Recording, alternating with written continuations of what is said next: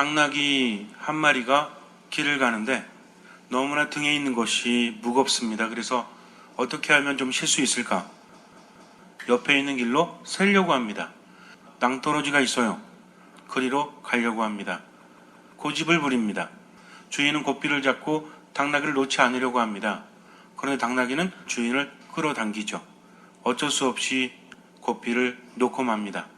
당나귀는 낭떠러지로 떨어져서 다리가 부러지고 말죠. 이솝우화에 나오는 말이죠. 자꾸만 옆으로 가려고 하는데 옆으로 가면 낭떠러지인데 떨어지지 못하도록 주인이 잡지만 끝내 고집을 부리니까 급기야는 잡지 못하고 낭떠러지로 떨어졌다는 것입니다. 우리가 인생을 살아가면서 고집이라는 것은 좋을 때도 있죠. 외고집 인생, 그러면서 어떤 장인 정신이라든지 자기만의 끈기를 말하는 경우에 고집은 참으로 긍정적인 겁니다. 그러나 안 좋을 때도 있죠. 안 좋을 땐 뭐라 그래요? 똔고집, 그리고 황소고집. 옹고집은 뭐 좋을 수도 있고 나쁠 수도 있고 어쨌든, 그리고 고래심줄, 이런 말을 많이 쓰기도 하죠. 고집이 세다는 것은 좋은 겁니까? 안 좋은 겁니까?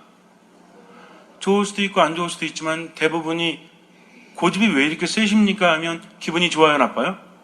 기분이 나쁜 것을 봐서는 고집이 세다는 것은 결코 좋은 것은 아닌 것 같아요.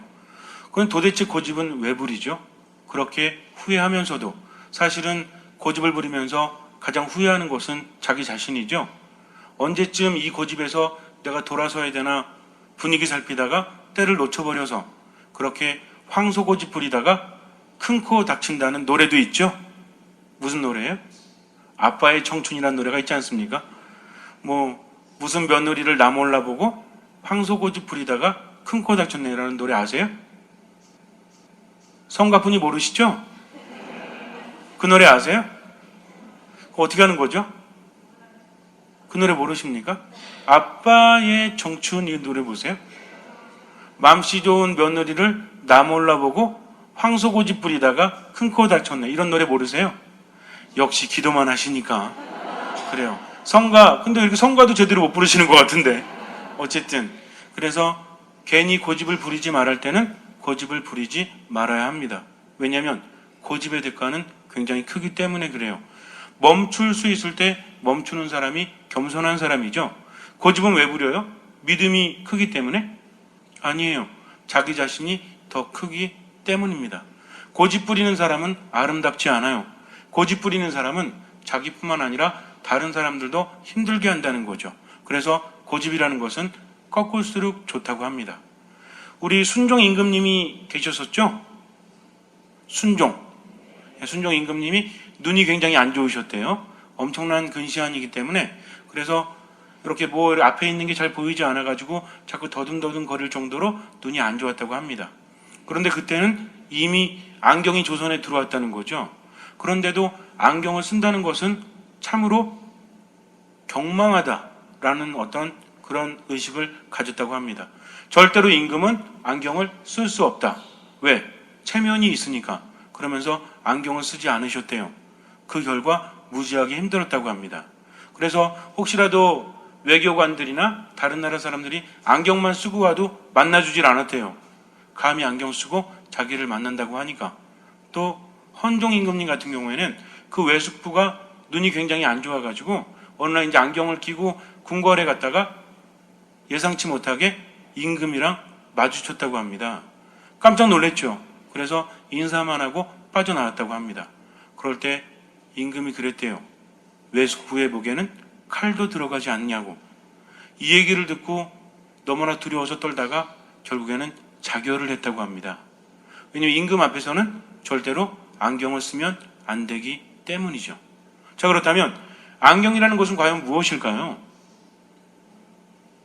우리도 화가 나면 뭐라 그래요? 안경 벗어 그러죠? 왜 그래요? 잘 모르겠어요. 어쨌든 안경을 쓴다는 것은 눈이 안 보이기 때문에 쓰는 것이지만 사람들은 그것을 체면과 연결시킨다는 거죠. 우리가 살아가면서 그 고집스러움을 벗지 않으니까 힘든 것들이 얼마나 많은지 몰라요. 도대체 안경과 체면이 무슨 상관이 있습니까? 그것의 효용성을 제대로 깨닫지 못하니까 그렇게 고집을 부리면서 살아가는 거죠. 임금이 안경을 쓰면 안 된다라는 것이 정말 임금의 체면과 상관이 있었을까요? 물론 그분들의 생각이기 때문에 제가 함부로 판단할 수는 없어요. 하지만 그러한 판단 때문에 평생을 제대로 보지 못했다면 참으로 아쉬운 일이 아니겠습니까? 안경 하나 때문에 외숙부가 스스로 자결을 하게 만들었다는 것도 참으로 안타깝지 않습니까? 안경의 효용성을 알았다면 어쩌면 임금이 가장 큰 사람 아니에요? 아무리 체면이 그렇다고 할지라도 내가 말한다. 앞으로 조선 국민들은 모두 안경을 쓰도록 해라. 눈이 안 좋은 사람은 반드시 쓰도록 해라라고 말할 수 있는 사람이 더 권위 있는 사람이 아니겠습니까? 그런데 체면에 묶여서 그 안경의 효용성을 제대로 알아보지 못하고 가장 힘들었던 건 누구예요? 자기 자신이었다는 거죠. 우리가 인생을 살아가면서 쓸데없는 고집들이 얼마나 많은지 몰라요. 이스라엘 백성들도 하느님을 체험했으면서 이집트에서 하느님께서 그들을 끌어내셨죠. 그래가지고 이제 모세가 시나이 산에 올라가서 십계명을 받기 위해서 하느님과 함께 머무는 동안 그들은 어떤 짓을 합니까? 금송아지를 만들어 놓고 경배했다는 거죠. 왜 만든지 아세요? 하느님이라고 생각하면서 금송아지를 만들었다는 거죠. 그런데 하느님께서는 당신의 모습을 형상화하기를 원하십니까? 원치 않으십니까? 원치 않으시죠? 우리도 그래서 성당에도 예수님 상도 있죠? 예수님 상은 왜 있어요? 그분이 인간이 되셔서 오셨기 때문에 그래요. 근데 성부 하느님에 대한 상은 만듭니까? 만들지 않습니까? 만들지 않아요. 왜냐하면 하느님은 그 무엇에도 표현할 수 없기 때문입니다.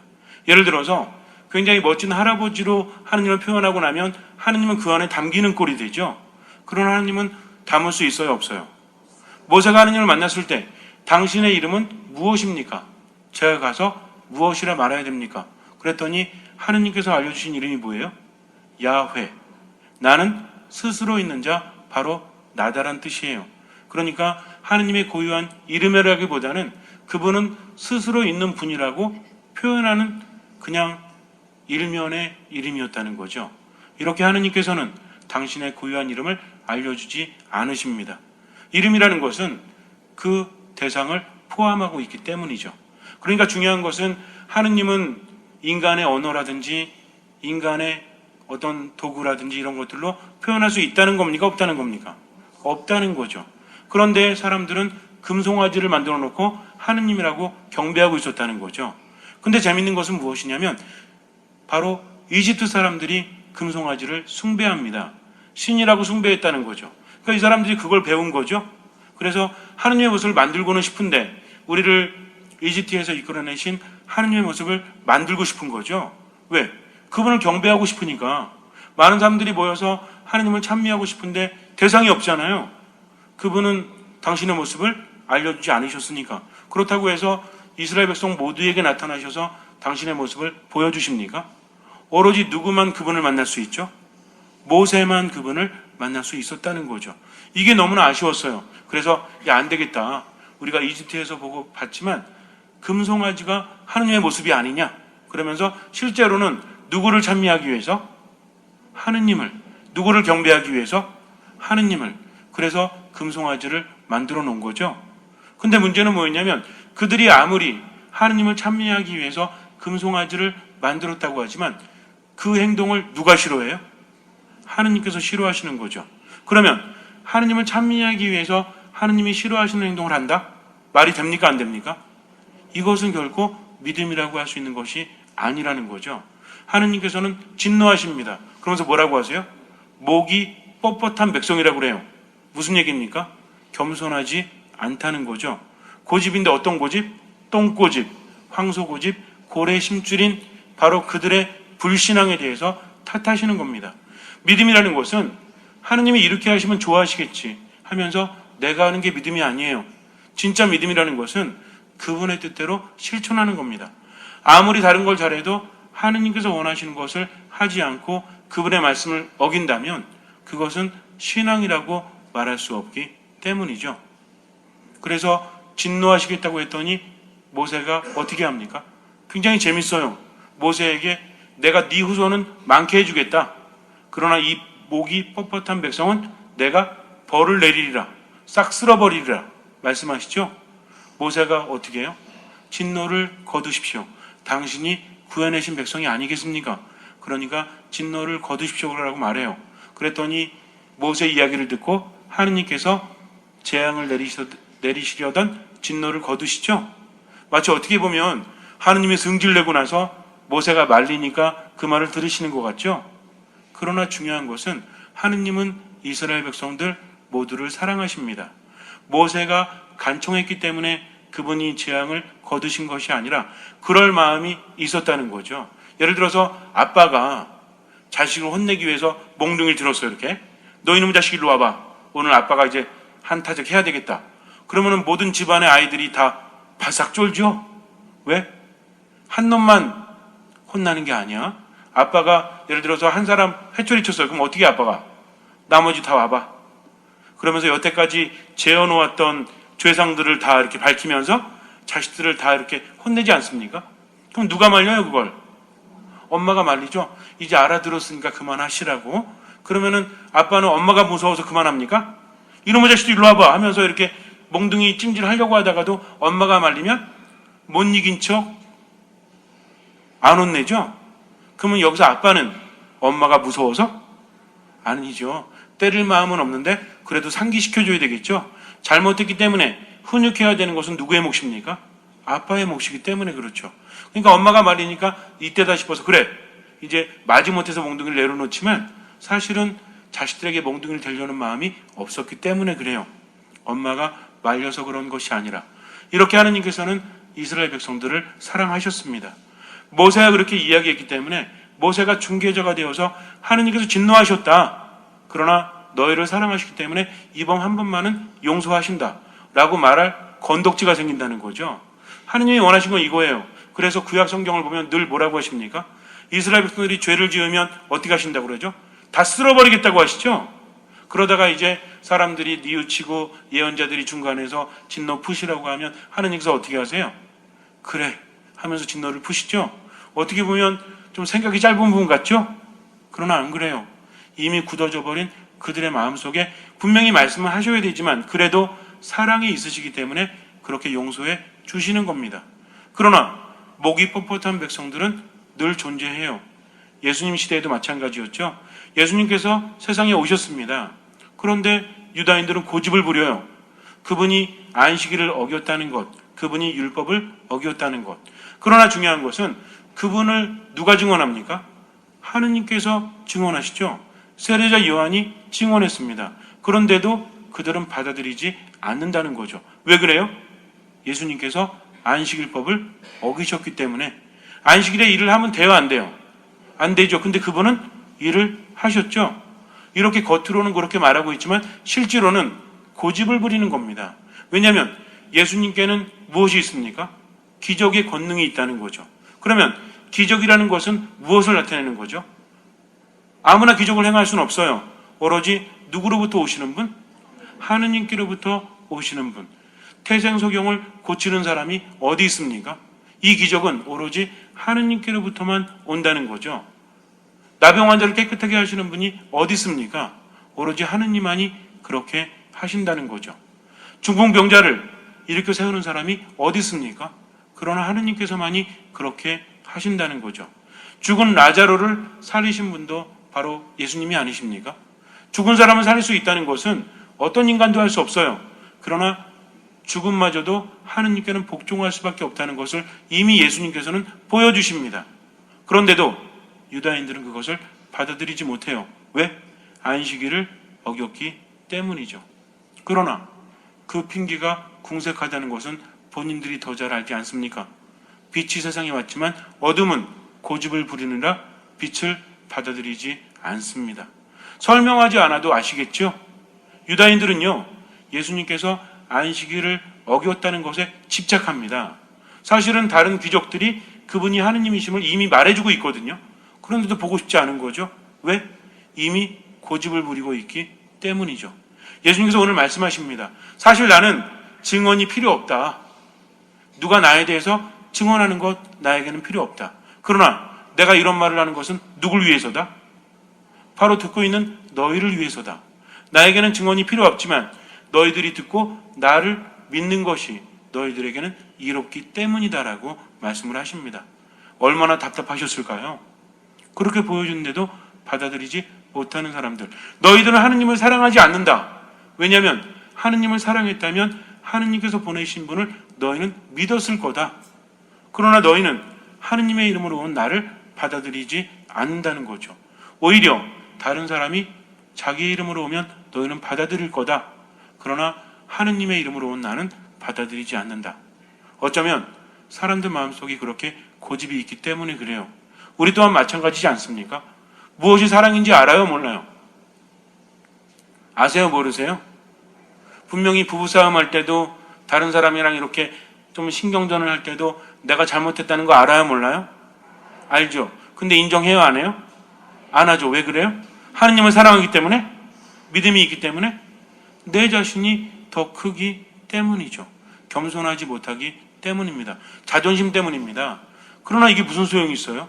하느님 앞에서는 아무것도 아닌 것을. 믿음이라는 것은 나의 심장을 하느님께 드리는 겁니다. 믿음이 있다라고 말하는 사람이라면 기도만 열심히 하면 되는 게 아니에요. 제대로 된 기도를 해야 되겠죠. 정말 믿음이 있는 사람은 아버지의 뜻을 실천하는 사람입니다. 바로 유다인들이 예수님을 받아들이는 것이 아버지의 뜻이었다면 우리 또한 누구를 받아들이는 것이? 누굴 받아들여야 돼요? 하느님은 어떤 분이신지 모르잖아요. 그러니까 하느님이 인간이 되셔서 우리에게 오시면 누구를?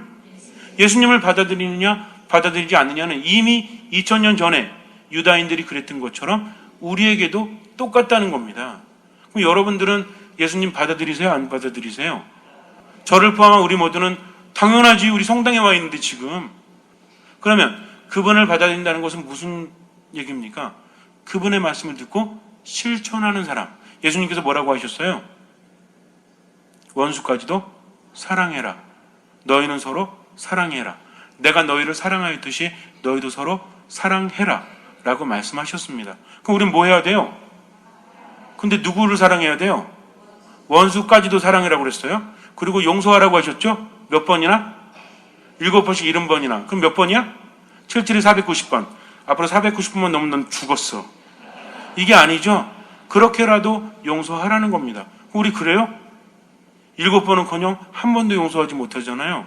하느님의 말씀대로 세상을 바라보면서 살아갑니까? 아니면 내 기분대로 세상을 살아갑니까? 어쩌면 참으로 부끄럽지만 내 기분대로 분노에 휩싸여서 살아가는지도 몰라요. 그래서 참 신앙을 갖기 위해서는 참된 마음으로 기도해야 됩니다. 우리는 하느님의 도우심이 없이는 살아갈 수 없어요. 믿음이 있는 사람만이 기적을 체험할 수 있습니다. 그 믿음은 다른 게 아니에요.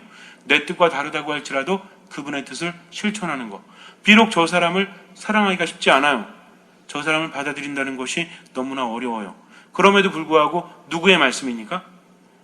예수님의 말씀이니까 그러기 위해서 기도하고 노력하는 사람은 뭐가 있는 사람이에요? 믿음이 있는 거죠. 그러면서 어떻게 합니까? 주님, 저는 믿습니다. 그러나 제 믿음이 부족하다면 저를 도와주십시오 하면서 온전히 맡길 때 예수님께서는 우리를 이끌어 주십니다. 그런 사람은 참된 신앙을 체험하게 되고 하느님을 체험하게 된다는 거죠. 그런 사람은 고집을 꺾죠. 내 고집을 알기 때문에 그래요. 근데 문제는 뭐예요? 지 고집도 모르면 뭘 꺾어야 될지 알 수도 없다는 겁니다. 뭐가 고집입니까? 물론 믿음이 없는 게 고집인데 우리가 행동의 결과로 나타날 때 뭐가 없으면 고집이죠? 그렇죠. 말할 때도 행동할 때도 뭐가 있으면 돼? 사랑이 있는 사람이 고집 부릴까요? 사랑은 뭡니까? 상대방이 내게 해주기를 바라는 그대로 상대방에게 해주는 것. 같이 해보도록 하겠습니다. 상대방이 나에게 해주기를 바라는 그대로 상대방에게 해주는 것. 이게 사랑이에요. 이런 사랑인데 고집이 있다? 말이 되지 않아요. 그러나 모든 고집에는 뭐가 없다? 사랑이 없다. 다시 합니다. 모든 고집에는 뭐가 없다? 사랑이 없다. 사랑이 있으면 뭐가 안 된다? 아니, 이 쉬운 것도 잘 못하시네. 자, 모든 고집에는 뭐가 없다? 사랑이 없다. 무슨 이유가 있음에도 불구하고 사랑이 있으면 뭐가 없다? 고집이 없다. 고집이 없으면 하느님 나라에 들어갈 수 있다. 바로 이겁니다. 잠시 눈을 감으세요. 예수님께서는 고집센 유다인들에게 제발 믿으라고 이렇게 말씀하십니다. 우리에게도 마찬가지예요. 신앙이 있다고 하면서 자기 아집대로 세상을 살아갑니다. 믿지 않는 사람보다 나은 것이 하나도 없어요. 화나면 승질내고 남 미워하고 시기하고 질투하고. 그러나 진짜 믿음이 있다면 내 부족함을 하나님께 고백합니다. 주님, 당신대로 살고 싶지만 제가 너무나 못돼가지고요. 제가 너무나 나약해가지고 아직도 시기하고 질투합니다. 아직도 미움과 분노에 휩싸입니다. 그러니 도와주십시오 하면서 우리는 겸손함으로 접어들게 되죠. 기도하십시오. 말씀 안에 머무십시오. 이 미사에 충실하십시오.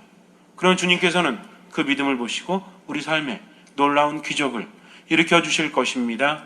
아멘.